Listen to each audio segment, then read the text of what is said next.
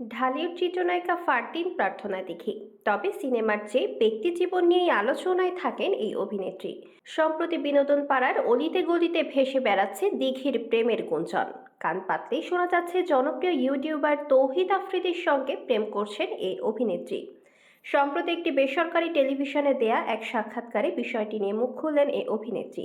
এ প্রসঙ্গে দিঘি বলেন, এসব খবর সম্পূর্ণ মিথ্যা। এটা তৌহিদ আফ্রিদি নিজেও বলবে, সে শুধুই আমার বন্ধু। দিঘি আরও বলেন, আমি কোনো প্রেম করছি না, এটা আমার দ্বারা আসলে সম্ভব না। এদিকে শিশু শিল্পী হিসেবে নিজের ক্যারিয়ার শুরু করেছিলেন দিঘি, তবে বর্তমানে মূলধারার সিনেমা ও ওয়েব ফিল্ম নিয়েই ব্যস্ত সময় পার করছেন তিনি। আর শুরু থেকেই নিজেকে ডিজিটাল কন্টেন্ট তৈরির সঙ্গে সম্পৃক্ত রেখেছেন তৌহিদ।